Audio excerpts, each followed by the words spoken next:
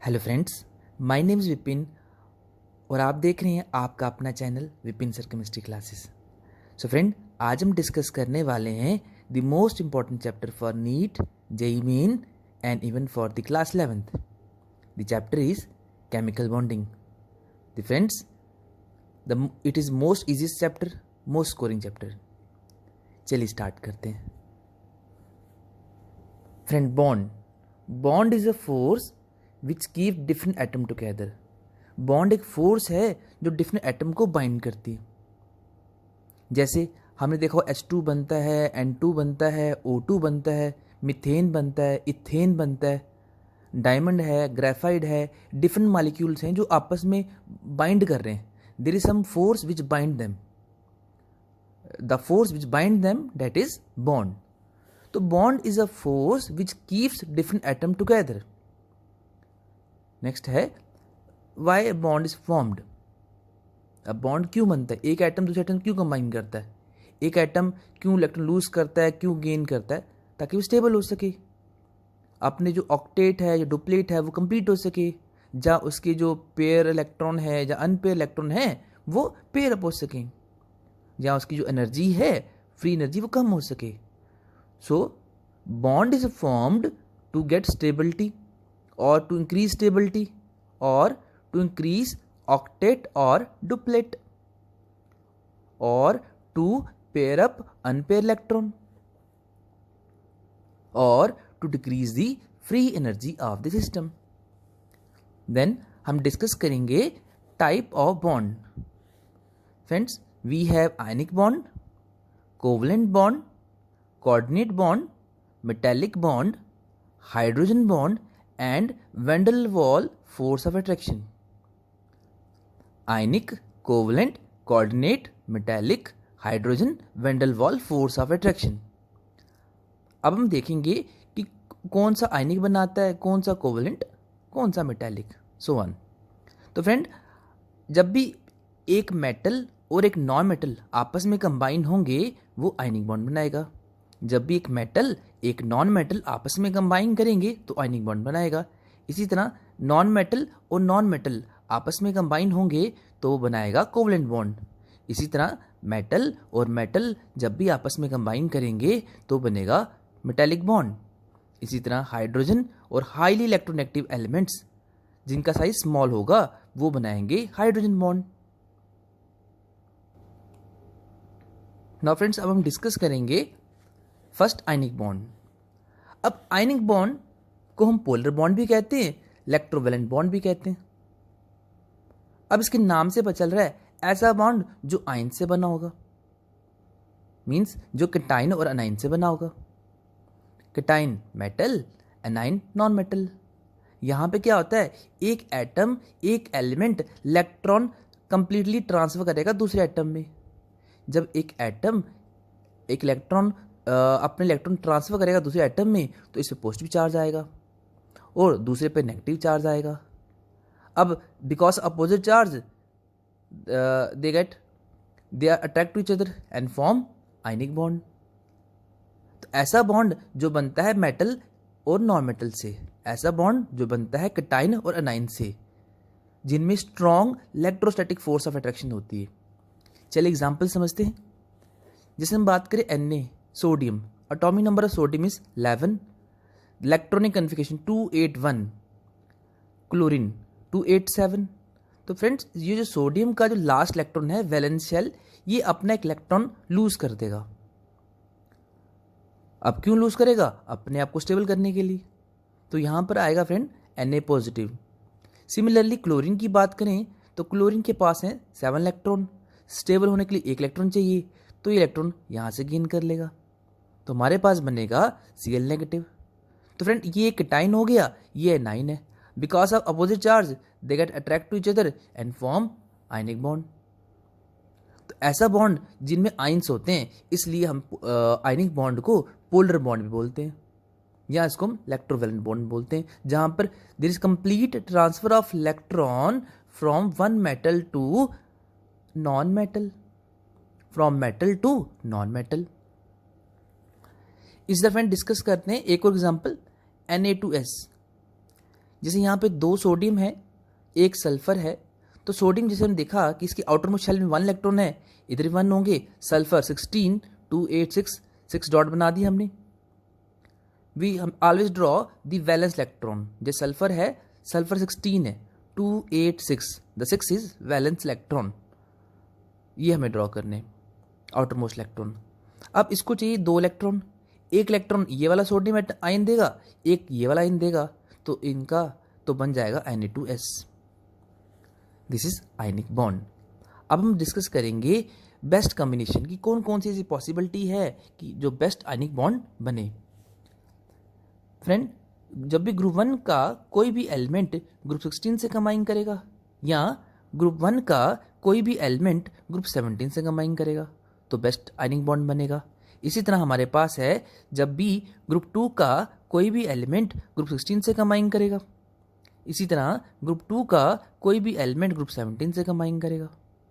एक और possibility friends, जब भी ग्रुप 1 का कोई भी एलिमेंट हाइड्रोजन से कंबाइन करे या ग्रुप 1 का कोई भी एलिमेंट हाइड्रोजन से कंबाइन करेगा। चलिए स्टूडेंट्स एग्जांपल से देखते हैं। जैसे हमारे पास है group 1, lithium, sodium, potassium, rubidium, caesium. जैसे यहाँ बेरिलियम ग्रुप 2 में beryllium, magnesium, calcium, strontium, barium. Group 16 में देखते हैं ऑक्सीजन, सल्फर, सेलेनियम, टैलियम। 17 में देखते हैं फ्लोरीन, क्लोरीन, ब्रोमीन, आयोडीन। जैसे देखिए यहाँ पर ग्रुप 1 का कोई भी एलिमेंट 16 से कंबाइन करेगा या 17 से कंबाइन करेगा, इसी तरह ग्रुप 2 का कोई भी एलिमेंट 16 या 17 से कंबाइन करेगा। जैसे हमारे पर फ्रेंड NaCl है, KCl ले लेंगे हम, इसी तरह MgCl2 ले सकते हैं, CaCl2 ले सकते हैं। इसी तरह अगर हम ग्रुप 1 को या ग्रुप 2 को हाइड्रोजन से कंबाइन करें तो MgH2 बन सकता है, CaH2 बन सकता है, NaH बन सकता है, आप बना सकते हो LH बना सकते हो। ये थे फ्रेंड्स हमारे एग्जाम्पल्स। अब हम बात करेंगे कंडीशन फॉर आयनिक बॉन्ड। तो कंडीशन क्या है? First condition is the size of cation should be large. Cation का साइज लार्ज होना चाहिए। अब कैटाइन का साइज जितना लार्ज होगा उतना न्यूक्लियस और आउटरमोस्ट शेल की अट्रैक्शन कम होगी, तो इलेक्ट्रॉन निकालना आसान है। इलेक्ट्रॉन आसानी से निकलेगा तो बेटर कैटाइन होगा। तो फ्रेंड अगर एग्जाम्पल देखें, lithium, sodium, potassium, rubidium, caesium, आपको पता है ये down the group size increase होता है और सीरीज में क्या होता है? डिक्रीज होता है। तो साइज जितना ज़्यादा होगा उतना इलेक्ट्रॉन निकालना आसान होगा। तो friends caesium is the best cation for the formation of ionic bond. तो सीजियम सबसे ज़्यादा होगा, फिर रुबिडियम, फिर पोटेशियम, फिर सोडियम, फिर लिथियम। इसी तरह ग्रुप 2 की बात करें तो यहाँ पे बेरिलियम का साइज ज़्यादा होगा। अब बड़ा इंटरेस्टिंग एक क्वेश्चन है, why beryllium do not form ionic bond. ये भी ग्रुप 1 ग्रुप 2 में बिलोंग करता है, साइज का ज़्यादा है। बट अगर हम देखें सीरीज में, तो सीरीज में साइज क्या होता है? स्मॉल होता है। तो due to small size beryllium do not form ionic bond. Friends important question है, याद रखना आपको कि बेरिलियम जो है आयनिक बॉन्ड नहीं बनाता है। अब क्यों नहीं बनाता? Due to small size. Second condition है size of an ion should be small. अब आयन जितना छोटा होगा उतना इलेक्ट्रॉन आसानी से अट्रैक्ट करेगा। तो friend the best anion for ionic bond is group 17 is fluorine. Fluorine greater than chlorine, greater than bromine, greater than iodine. Similarly oxygen का ज़्यादा होगा, फिर सल्फर का, फिर सेलेनियम का, फिर टैलियम का। Third condition is low ionization energy. Fourth condition is high electron gain affinity. अब हैलोजन की सबसे ज़्यादा इलेक्ट्रॉन गेन एफिनिटी होती है, तो हैलोजन जो है जनरली आयनिक बॉन्ड बनाता है। Friends next condition is lattice energy. Lattice energy बहुत इंपॉर्टेंट टॉपिक है, ध्यान से समझना आपने इसको। लैटिक एनर्जी होती क्या है कि जब 1 मोल कैटाइन और 1 मोल अनाइन आपस में जब कंबाइन करेंगे उस टाइम जो एनर्जी रिलीज होगी उस एनर्जी को लैटिक एनर्जी कहते हैं। Lactic energy is the amount of energy released when 1 mole of cation combined with 1 mole of anion. Next देखिए फ्रेंड कि लैटिक एनर्जी डिपेंड करती है चार्ज के ऊपर, डिपेंड करती है साइज के ऊपर। अब जितना ज़्यादा चार्ज होगा उतनी लैटिक एनर्जी ज़्यादा होगी। Greater is charge greater is lattice energy, और inversely proportional to size, size जितना ज़्यादा होगा उतनी एनर्जी कम होगी। अब हम एग्जाम्पल से देखते हैं NaCl, NaF, NaCl, NaBr, NaI। अब सब में Na तो सेम ही है, कटाइन सेम है, अनाइन डिफरेंट है। अब आप देखो किसका साइज ज़्यादा है, आयोडीन का, क्योंकि डाउन द ग्रुप साइज क्या करता है, down the group size increase करता है, सीरीज में डिक्रीज करता है। अब जिसका साइज ज़्यादा होगा उसकी एनर्जी कम होगी, तो NaI लास्ट में आएगा, उसके बाद NaBr आएगा, उसके बाद NaF आएगा। साइज जितना स्मॉल उतनी ज़्यादा लैटिक एनर्जी और उतना ही बेस्ट आयनिक बॉन्ड। इसलिए यहाँ देखिए फ्रेंड, यहाँ पे एक Cl है, यहाँ 2 Cl, यहाँ 3 Cl। अब इस पे चार्ज क्या आएगा, +1 -1, इधर क्या आएगा +1 -2, यहाँ पर, यहाँ +3, वैलेंसी 3 है इसकी, यहाँ भी 3 आएगा। तो फ्रेंड इसका चार्ज ज़्यादा है, इसमें चार्ज ज़्यादा आएगा हो है, इसलिए इसकी लैटिक एनर्जी ज़्यादा है। तो लैटिक एनर्जी डिपेंड करती है चार्ज के ऊपर, डिपेंड करती है साइज के ऊपर। जितना चार्ज ज़्यादा होगा उतनी लैटिक एनर्जी ज़्यादा, इस जगह पर चार्ज ज़्यादा आ रहा है इसलिए इसकी लैटिक एनर्जी ज़्यादा है। फिर BaCl2, फिर लास्ट में NaCl। इसी तरह यहाँ पे देखें, जितना साइज स्मॉल होगा उतनी लैटिक एनर्जी ज़्यादा होगी। चलिए फ्रेंड, ये था आपका आयनिक बॉन्ड। अब हम स्टार्ट करेंगे कोवलेंट बॉन्ड। अच्छा फ्रेंड, एक बात है कि जो प्रॉपर्टीज़ हैं आयनिक बॉन्ड की वो आपने खुद पढ़नी है, सेल्फ स्टडी करनी है आपने, क्योंकि वो 10th में पढ़ा है, ऑलमोस्ट सेम ही है 10th की तरह। चलिए स्टार्ट करते हैं कोवलेंट बॉन्ड।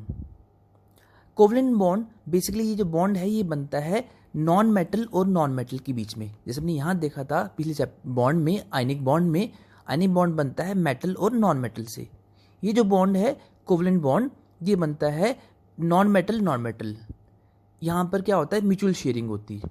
तो ऐसा बॉन्ड जहाँ म्यूचुअल शेयरिंग होती है बाउंडेड एटम के बीच में, उसको बोलेंगे कोवलेंट बॉन्ड और नॉन पोलर बॉन्ड। जैसे फ्रेंड, अगर मैं A और B लेता हूँ, मैं ज्यूम करता हूँ A और B दोनों नॉन मेटल हैं। A के जो वैलेंस इलेक्ट्रॉन है उसको X से रिप्रेजेंट कर रहा हूँ और B के वैलेंस इलेक्ट्रॉन को मैं डॉट से रिप्रेजेंट कर रहा हूँ। तो होगा क्या कि A V इलेक्ट्रॉन इससे ले रहा है जब A को नीड होगी, इसी तरह जब B इलेक्ट्रॉन ले रहा है जब B को नीड होगी। तो ऐसा बॉन्ड जहाँ पे क्या हो रहा है, म्यूचुअल शेयरिंग हो रही, कि दोनों एटम एक दूसरे पे इंटरडिपेंडेंट है, एक दूसरे डिपेंड कर रहे हैं, उससे जो बॉन्ड बन रहा है उस बॉन्ड को हम क्या बोलेंगे, कोवलेंट बॉन्ड बोलेंगे। जैसे हाइड्रोजन की बात करते हैं तो हाइड्रोजन को चाहिए 2 इलेक्ट्रॉन, इस हाइड्रोजन एटम पर 1 इलेक्ट्रॉन है, इधर भी 1 इलेक्ट्रॉन है। इसको स्टेबल होने के लिए, इसको नोबल गैस की तरह बनने के लिए 2 इलेक्ट्रॉन चाहिए। तो ये क्या करेंगे, ये आपस में म्यूचुअल शेयरिंग करेंगे। अब म्यूचुअल शेयरिंग करेंगे, अब इस हाइड्रोजन एटम को 1 इलेक्ट्रॉन चाहिए था, इसको भी 1 चाहिए था, तो आपस में शेयर करेंगे, तो इनके बीच में बन जाएगा सिंगल बॉन्ड। सिमिलरली फ्रेंड्स, अगर हम बात करते हैं क्लोरीन की, क्लोरीन होता है 17287। फ्रेंड, हम यहाँ डिस्कस कर रहे हैं लुईस डॉट स्ट्रक्चर। यहाँ पे ड्रॉ करते हैं सिर्फ वैलेंस इलेक्ट्रॉन। क्लोरीन में 7 थे तो 7 डॉट ड्रॉ करिए। इसी तरह मैंने 7 क्रॉस लगा दी वैलेंस इलेक्ट्रॉन को रिप्रेजेंट करने के लिए। तो फ्रेंड क्या होगा कि 1 इलेक्ट्रॉन इस क्लोरीन एटम का, 1 इलेक्ट्रॉन इस क्लोरीन एटम के सेंटर में आएंगे, जो आपस में क्या करेंगे, म्यूचुअल शेयरिंग करेंगे। इससे दोनों कंप्लीट हो जाएंगे और इनमें बनेगा सिंगल बॉन्ड। सिमिलरली मीथेन की बात करें तो इस तरह के कंपाउंड को कैसे ड्रॉ करना आपने। अब देखिए, इस तरह के कंपाउंड को कैसे ड्रॉ करना आपने जो सेंटर एटम है उसको सेंटर में रखना है, और हाइड्रोजन 4 हैं तो 4 हाइड्रोजन अपने यहाँ रखने हैं। ये आपने शायद 10th क्लास में पढ़ा हुआ है। तो यहाँ देखिए कार्बन कितना है, कार्बन का जो एटॉमिक नंबर 6 है, इसके वैलेंस इलेक्ट्रॉन है 2,4, तो 4 ड्रॉ कर देंगे यहाँ पर।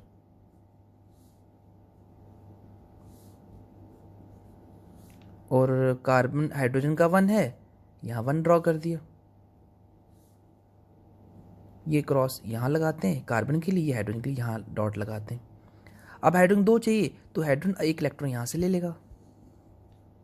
इस तरह ये वाला हाइड्रोजन भी 1 इलेक्ट्रॉन यहाँ से ले लेगा, और ये हाइड्रोजन को भी 1 चाहिए, ये भी ले लेगा इलेक्ट्रॉन, और इस हाइड्रोजन को भी 1 इलेक्ट्रॉन चाहिए, ये भी 1 इलेक्ट्रॉन ले लेगा। अब हुआ क्या कि हाइड्रोजन तो कंप्लीट हो गया, बट कार्बन को क्या चाहिए, 4 इलेक्ट्रॉन चाहिए। अब कार्बन भी क्या करेगा, इन सब से एक एक इलेक्ट्रॉन ले लेगा। तो कुछ इस तरह का स्ट्रक्चर बनेगा फ्रेंड्स।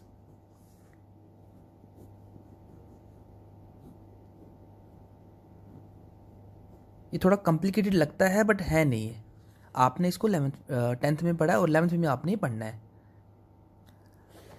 देखिए यहाँ पे क्या था, यहाँ पर क्या है कि कार्बन को 4 इलेक्ट्रॉन चाहिए। कार्बन ने 4 इलेक्ट्रॉन 4 हाइड्रोजन एटम से ले लिए। अब हर हाइड्रोजन एटम को चाहिए था 1 इलेक्ट्रॉन, वो इस कार्बन से लेते जा रहा है, तो बॉन्ड बनते जा रहे हैं। तो ऐसा बॉन्ड जहाँ कार्बन ने भी इलेक्ट्रॉन लिए, हाइड्रोजन ने भी इलेक्ट्रॉन लिए, अब कार्बन नॉन मेटल है, हाइड्रोजन नॉन मेटल है, तो इस तरह के बॉन्ड को हम बोलते हैं कोवलेंट बॉन्ड, जहाँ पे म्यूचुअल शेयरिंग होती है। चलिए फ्रेंड, इसकी भी आपने फिजिकल प्रॉपर्टी, केमिकल प्रॉपर्टी आपने खुद करनी है। चलिए अब हम स्टार्ट करते हैं next bond, that is coordinate bond और डेटिव बॉन्ड। अब कोऑर्डिनेट बॉन्ड या डेटिव बॉन्ड ये एक नया बॉन्ड नहीं है, ये भी एक तरह का कोवलेंट बॉन्ड है। जैसे हमने वहाँ पढ़ा, जैसे हमने मीथेन की एग्जांपल करी कि वहाँ कार्बन और हाइड्रोजन दोनों आपस में म्यूचुअल शेयरिंग कर रहे थे। यहाँ पे क्या होगा कि एक एटम यहाँ पे बेसिकली 1 साइडेड शेयरिंग होगी। चलिए देखते हैं। जैसे मुझे बनाना है अमोनियम आइन, तो अमोनियम आइन क्या होगा कि अमोनियम है, ये अमोनिया, ये आपस में शेयर कर रहे हैं, ये बना रहे हैं कोवलेंट बॉन्ड। अब नाइट्रोजन के पास क्या होते हैं, एक वैलेंस इलेक्ट्रॉन है, ये अपना एक वैलेंस इलेक्ट्रॉन, यहाँ पे ये क्या है हाइड्रोजन, इसको 2 इलेक्ट्रॉन चाहिए, तो ये इलेक्ट्रॉन इसको डोनेट कर देगा। ये पेयर ऑफ इलेक्ट्रॉन ये हाइड्रोजन को मिल जाएगा। तो उससे जो बॉन्ड बन रहा है वो बॉन्ड जो है वो कोऑर्डिनेट बॉन्ड है या डेटिव बॉन्ड है। यहाँ पर ये नाइट्रोजन, ये तीनों आपस में शेयर कर रहे हैं, यहाँ पे बन रहा है कोवलेंट बॉन्ड और ये इसको डोनेट कर रहा है। ये नाइट्रोजन अपना पेयर ऑफ इलेक्ट्रॉन, अपने लोन पेयर इस हाइड्रोजन एटम को डोनेट कर रहा है। तो इससे जो बॉन्ड बन रहा है उस बॉन्ड को हम कोऑर्डिनेट या डेटिव बॉन्ड बोल रहे हैं। तो कोऑर्डिनेट या डेटिव बॉन्ड क्या है, एक special type of covalent bond है जहां पर 1 साइडेड शेयरिंग होती है बाउंडेड एटम के बीच में। चलिए एक एग्जांपल और करते हैं। Formation of H2O2 non planar. H2O2 अभी आपने 11th में पढ़ा ही है, जो 11th वाले बच्चे हैं वो पढ़ेंगे नेक्स्ट क्लासेस में मेरी। जैसे हम देखें कि वाटर के पास 2 लोन पेयर हैं। अभी एक ऑक्सीजन एटम है, इस ऑक्सीजन एटम को 2 इलेक्ट्रॉन चाहिए, तो ये अपना एक पेयर ऑफ इलेक्ट्रॉन इस ऑक्सीजन एटम को डोनेट कर देगा। अब इनमें क्या हो रहा है, इनमें तो बन रहा है, ये दोनों आपस में इंटरडिपेंडेंट हैं, ये दोनों म्यूचुअल शेयरिंग कर रहे हैं, ये तो कोवलेंट बॉन्ड बना रहे हैं, बट ये पेयर ऑफ इलेक्ट्रॉन इस ऑक्सीजन एटम को ये डोनेट कर देगा। तो इससे बनेगा आपका, ये तो कोवलेंट बॉन्ड बन गया, ये वाला पेयर ऑफ इलेक्ट्रॉन ये आपका एरो में शो कर रहा है। तो कोऑर्डिनेट बॉन्ड को हम एरो से रिप्रेजेंट करते हैं। चलिए एक एग्जांपल और देखते हैं, ओजोन की फॉर्मेशन। अब O ये है O2, यहाँ 6 इलेक्ट्रॉन थे, यहाँ भी 6 इलेक्ट्रॉन थे, इन्होंने 2 शेयर करे। अब तब भी 2 पेयर यहाँ बच के लोन पेयर के, 2 पेयर यहाँ बच के लोन पेयर के। अगर इससे मैं एक ऑक्सीजन एटम और कंबाइन करूँ तो यहाँ क्या है, 6 इलेक्ट्रॉन है, इसको 2 इलेक्ट्रॉन और चाहिए। अब इसकी जो फ्री इलेक्ट्रॉन है जिसको हम लोन पेयर कहते हैं, वो लोन पेयर इसको डोनेट कर देगा अगर तो ये भी कंप्लीट हो जाएगा, तो O3 बन जाएगा, ओजोन बन जाएगा। जैसे ये O double bond O acid रहा, इसने अपने पेयर ऑफ इलेक्ट्रॉन इसको डोनेट कर दिए, तो ये बन गया आपका कोऑर्डिनेट बॉन्ड। तो ओजोन में भी कोऑर्डिनेट बॉन्ड है। इसी तरह एक most interesting topic other than के एग्जाम्पल ये नीट में और भी एग्जाम में आई हुई है। जैसे NH3 और BF3 में आपस में क्या रिलेशन है। अब NH3 में एक पेयर ऑफ इलेक्ट्रॉन है, ये BF3 बेसिकली बोरॉन और अल्युमिनियम के जितने भी ट्राई हैलाइड्स हैं सब के सब इलेक्ट्रॉन डेफिशिएंट होते हैं, इनमें इलेक्ट्रॉन की कमी है। तो इस नाइट्रोजन के पास पेयर ऑफ इलेक्ट्रॉन है, वो अपने पेयर ऑफ इलेक्ट्रॉन अपने लोन पेयर इस बोरॉन को दे देगा, इससे कंपाउंड कंप्लीट हो जाएगा और यहाँ पर कोऑर्डिनेट बॉन्ड बन जाएगा। तो NH3 BF3 में बनता है कोऑर्डिनेट बॉन्ड और डेटिव बॉन्ड। तो कोऑर्डिनेट बॉन्ड डेटिव बॉन्ड है क्या, बेसिकली जहाँ पर एक तरफ शेयरिंग होती है। चलिए फ्रेंड, अब जितने भी हमने टॉपिक किए हैं इनके कुछ क्वेश्चन देख लेते हैं। चलिए friend, the first question is which combination give strongest ionic bond. जैसे एग्जांपल है Na positive Cl negative, Mg2 positive Cl negative, Na positive O2 negative, Mg2 positive and O2 negative. चलिए फ्रेंड आप try करिए एक बार। चलिए देखते हैं। Friend हमने पढ़ा था कि आयनिक बॉन्ड डिपेंड करता है चार्ज के ऊपर, डिपेंड करता है साइज के ऊपर। अगर आप ध्यान से देखें डी ऑप्शन में यहाँ भी क्या है +2, यहाँ -2, सबसे चार्ज इसी में बन रहा है +2 -2। अगर हम चार्ज प्लस माइनस ना देखें तो यहाँ 4 बन रहा है, यहाँ पर 2 बनेगा, यहाँ पर 2 बनेगा, यहाँ पर 3 बनेगा। चार्ज अगर हम देखें 2 यहाँ पर यहाँ 1 बनेगा। अगर फ्रेंड आप शॉर्ट में याद रखें, छोड़ो चार्ज को, आप याद रखें कि जो लैटिक एनर्जी है डिपेंड करती है चार्ज के ऊपर। तो ओवरऑल चार्ज जो देखें वो इस ऑप्शन पे बन रहा है, Mg2 पॉजिटिव O2 नेगेटिव पर। आप ऐसे याद रखें जितना ज़्यादा चार्ज होगा उतनी लैटिक एनर्जी ज़्यादा होगी, जितनी लैटिक एनर्जी ज़्यादा होगी उतना बॉन्ड ज़्यादा स्ट्रांग होगा। चलिए फ्रेंड्स सेकंड क्वेश्चन करते हैं। बिल्कुल सेम कंसेप्ट है। लैटिक एनर्जी लैटिक डिपेंड करती है चार्ज के ऊपर। जितना चार्ज ज़्यादा होगा उतनी लैटिक एनर्जी ज़्यादा, जितना साइज ज़्यादा उतनी लैटिक एनर्जी कम। चलिए देखते हैं। जैसे क्वेश्चन है, if CaO and NaCl have same crystal structure and approximately same ionic radii, if U is the lattice energy of NaCl then approximate lattice energy of CaO is. चलिए देखते हैं। अब first वाले की लैटिक एनर्जी है NaCl की lattice energy है U। अभी पूछ रहा है कि CaO की क्या होगी। फ्रेंड यहाँ देखो कैल्शियम की वैलेंसी 2, ऑक्सीजन की वैलेंसी 2, तो 2 2 जा 4। तो पहले की अगर U था तो सेकंड वाले की क्या होगी 4U। तो answer is 4U, D option. Simple सा टेक्निक। चलिए फ्रेंड स्टार्ट करते हैं next question. Which one of following contain ionic, covalent and coordinate. ऐसा ऑप्शन जिसमें आयनिक भी है, कोवलेंट भी है और कोऑर्डिनेट भी है। फर्स्ट ऑप्शन में देखिए क्या है, NaOH। यहाँ ग्रुप 1 है, ग्रुप 1 ग्रुप 2 कॉम्बिनेशन भी है, इसमें कोवलेंट बॉन्ड भी है बट इसमें कोऑर्डिनेट बॉन्ड नहीं है।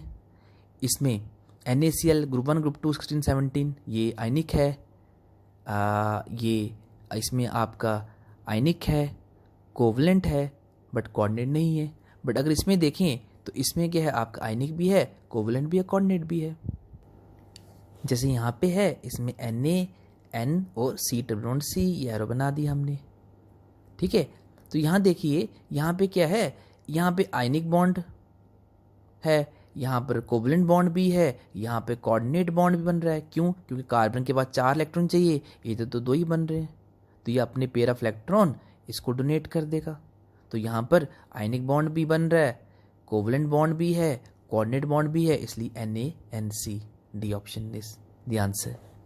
Next question is the compound containing coordinate bond is. तो फ्रेंड अभी देखा हमने O3, OO में कोवलेंट बॉन्ड और जो नेक्स्ट वाला O में कोऑर्डिनेट बॉन्ड। इसी तरह SO3 में आपका SO3 में भी आपका कोऑर्डिनेट बॉन्ड बनेगा। चलिए देखते हैं, एक सेकेंड, चलिए देखते हैं कैसे बनता है। SO3 है और आपका H2SO4 है। SO3 देखते हैं फ्रेंड्स, पहले ये हम बना लेते हैं। सल्फर 16 1 2 3 4 5 6 डॉट यहाँ पे बनाते हैं, 1 2 3 4 5 6। सिमिलरली यहाँ पर भी 1 2 3 4 5 6, 1 2 3 4 5 6। अब 6 इलेक्ट्रॉन यहाँ पे भी हैं, यहाँ पर भी हैं, यहाँ भी हैं, यहाँ भी हैं। सल्फर को कितने चाहिए 2, ऑक्सीजन को कितने चाहिए 2 इलेक्ट्रॉन तो ये आपस में शेयर कर लेंगे, 2 ये शेयर कर लेंगे, ये कंप्लीट हो गया। अब बाकी में एरो डाल देने हैं। तो यहाँ पे 2 कोऑर्डिनेट बॉन्ड हैं। तो कोऑर्डिनेट बॉन्ड को टेक्निक कैसे एग्जाम में देखना है, कम टाइम में कैसे करना है, किसी एक पेयर को कंप्लीट करो और बाकी में एरो लगा दो, किसी एक पेयर को कंप्लीट करो, बाकी में जितने भी हैं उनमें एरो लगा दो। तो यहाँ पर एक कोवलेंट बॉन्ड है, 2 कोऑर्डिनेट बॉन्ड है। इसी तरह मैं अगर यहाँ करूँ H2SO4 का, सल्फ्रिक एसिड का, तो सल्फर सेंटर में रखेंगी, वो 4 हैं, 1 2 3 4, और यहाँ पे एक हाइड्रोजन एटम रखा, दूसरा यहाँ पर रखा हाइड्रोजन एटम। चलिए यहाँ पे 1 है, अब मैं शॉर्ट में करूँगा, यहाँ 1 है, यहाँ 6 है, यहाँ भी 6 है, यहाँ भी 6, यहाँ 1 और यहाँ पे 1। देखिए फ्रेंड, यहाँ 1 इलेक्ट्रॉन है। अब क्या होगा, इसको कितने चाहिए, इसको कितने चाहिए, इसको चाहिए 2 इलेक्ट्रॉन। एक यहाँ से ले रहा है, एक यहाँ से ले रहा है। कितने चाहिए, 2 चाहिए थे, एक इसको एक चाहिए थे, इसने यहाँ से ले लिया। इसी तरह यहाँ पे 6 इलेक्ट्रॉन है, इसको 2 चाहिए, इसने यहाँ से लेके यहाँ से लिया। सल्फर को चाहिए 2 चाहिए, एक इलेक्ट्रॉन यहाँ से ले रहा है, एक यहाँ से ले रहा है, सल्फर कंप्लीट हो गया। ऑक्सीजन को चाहिए 2 इलेक्ट्रॉन, एक यहाँ से ले रहा है, एक यहाँ से ले रहा है, कंप्लीट हो गया। एक अब ये देखिए, ये पेयर कंप्लीट हो गया, ये इसको एरो देगा, यहाँ कोऑर्डिनेट बॉन्ड बन रहा है, और फिर यहाँ भी ये ऑक्सीजन है, यहाँ भी कोऑर्डिनेट बॉन्ड बनेगा। आई थिंक आपको समझ आ गया होगा। मैं एक बार और ट्राई कर देता हूँ, आपके लिए बना देता हूँ। ये आपका S है, ये O, ये S, ये O और ये H। तो फ्रेंड याद रखना है, जो अकेला होगा उसको सेंटर में रखना है, O 4 से 4 आसपास रखे और हाइड्रोजन लास्ट में रखने। ये रूल है लुईस डॉट स्ट्रक्चर रूल। कहता है, फर्स्ट रूल है कि हाइड्रोजन हमें ड्रॉ करने वैलेंस इलेक्ट्रॉन। जैसे सल्फर 16 है, 6 डॉट ड्रॉ कर देंगे, 1 2 3 4 5 6 डॉट। सल्फर हाइड्रोजन का 1 होता है, 1 रखेंगे। इस तरह 6 ड्रॉ करेंगे। मैं फ़िलहाल 6 लिख रहा हूँ, आपको ड्रॉ करने, ये 6 है। अब इसको चाहिए 1 इलेक्ट्रॉन, एक यहाँ से ले लेगा। इसको भी एक चाहिए, 1 इलेक्ट्रॉन यहाँ से ले लेगा। अब इसने 1 इलेक्ट्रॉन से लिया तो ये भी से 1 इलेक्ट्रॉन लेगा, तो यहाँ 7 बन जाएंगे। अब इसको चाहिए 1 इलेक्ट्रॉन, एक यहाँ से ले रहा है। इसके बाद खुद 6 इलेक्ट्रॉन थे, अब ये भी 1 इलेक्ट्रॉन लेगा, तो ये बनेगा आपका 7 बन जाएगा। ये भी 1 इलेक्ट्रॉन लेगा इससे, ये कंप्लीट हो गया। इसको 2 चाहिए थे, एक इसने यहाँ से लिया, एक यहाँ से लिया, ये कंप्लीट हो गया। तो ये पूरा पेयर कंप्लीट हो गया, ये 8 इलेक्ट्रॉन है। ऑक्सीजन को 2 चाहिए थे, एक यहाँ से लेके यहाँ से लिया। सल्फर को 2 चाहिए थे, एक यहाँ से लिया, एक यहाँ से लिया। ऑक्सीजन को 2 चाहिए थे, 1 इलेक्ट्रॉन यहाँ से ले रहा है और यहाँ से ले रहा है। ये तो कंप्लीट हो गए। बट अब ये 2 पेयर रह गए। अब यहाँ पे बनेगा आपका कोऑर्डिनेट बॉन्ड। तो H2SO4 में 2 कोऑर्डिनेट बॉन्ड बनते हैं। इसी तरह SO3 में भी 2 कोऑर्डिनेट बॉन्ड बनते हैं। चलिए देखते हैं नेक्स्ट क्वेश्चन।